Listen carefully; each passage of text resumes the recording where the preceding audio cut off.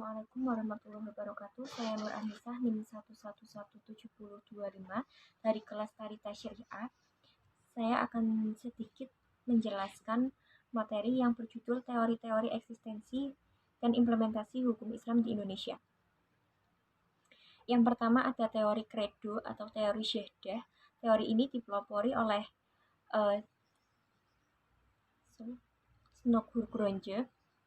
Beliau mengatakan bahwa apabila ada masyarakat Indonesia yang mengatakan atau mengucapkan 2 kalimat syahadat, maka secara otomatis mereka mengakui otoritas hukum Islam atas dirinya.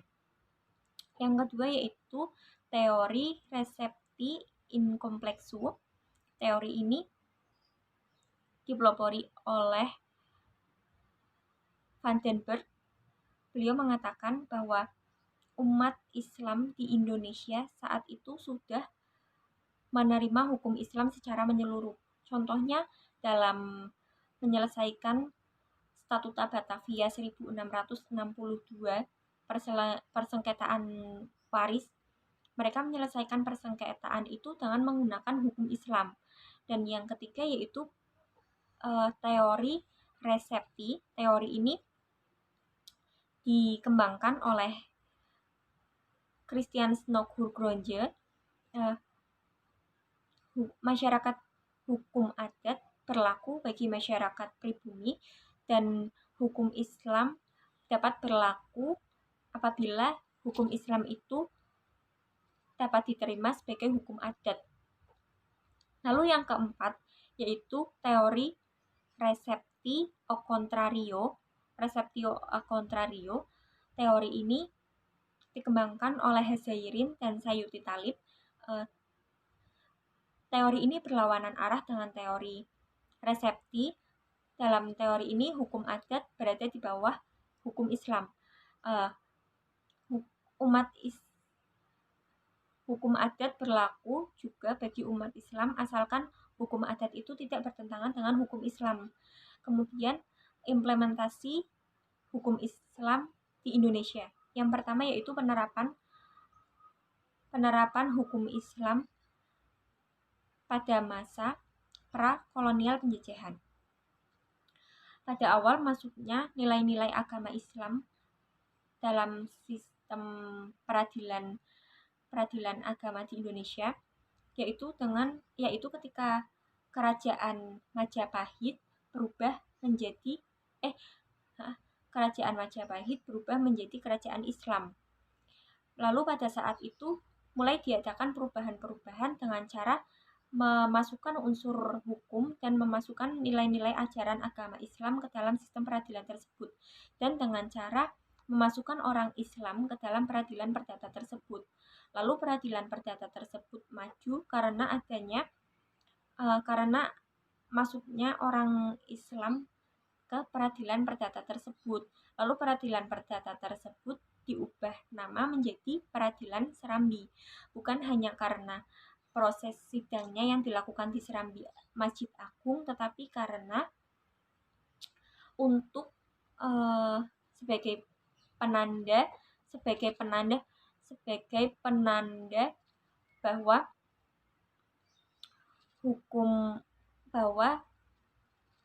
berhasil mengadopsi nilai-nilai ajaran agama Islam ke dalam sistem peradilan, ke dalam proses pengadilan.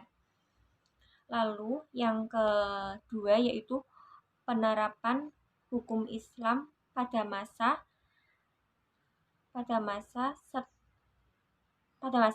penjajahan. Pada posisi hukum Islam pada zaman pemerintahan VOC berlangsung selama kurang lebih 2 abad.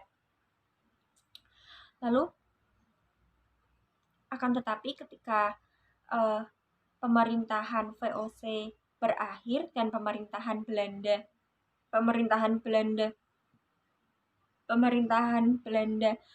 mulai menguasai kepulauan Indonesia, mereka bersikap berbeda terhadap hukum Islam.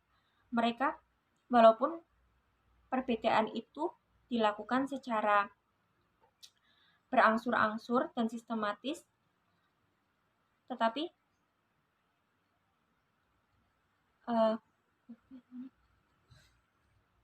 kemudian masyarakat pada saat itu masyarakat Islam Nusantara tetap memakai hukum Islam. Lalu yang ketiga yaitu penerapan hukum Islam terhadap pada masa setelah kemerdekaan. Pengaruh perkembangan pembaruan hukum Islam terjadi oleh beberapa faktor. Yang pertama adalah faktor untuk mengisi kekosongan hukum, dan yang kedua yaitu pengaruh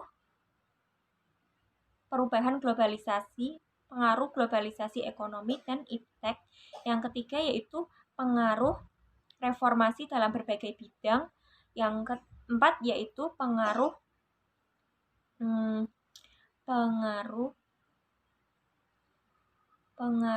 pembaruan pemikiran hukum Islam terhadap yang dilakukan para mujtahid baik dari tingkat nasional maupun internasional. Yang keempat yaitu penerapan hukum Islam pada masa era reformasi. Perkembangan Islam budaya pada era reformasi diikuti oleh perkembangan hukum Islam, dan saat itu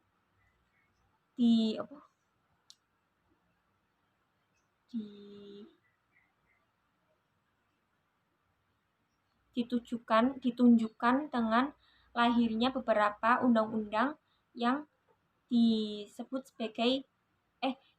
dijadikan sebagai hukum positif Islam. Sekian dari saya. Wassalamualaikum warahmatullahi wabarakatuh.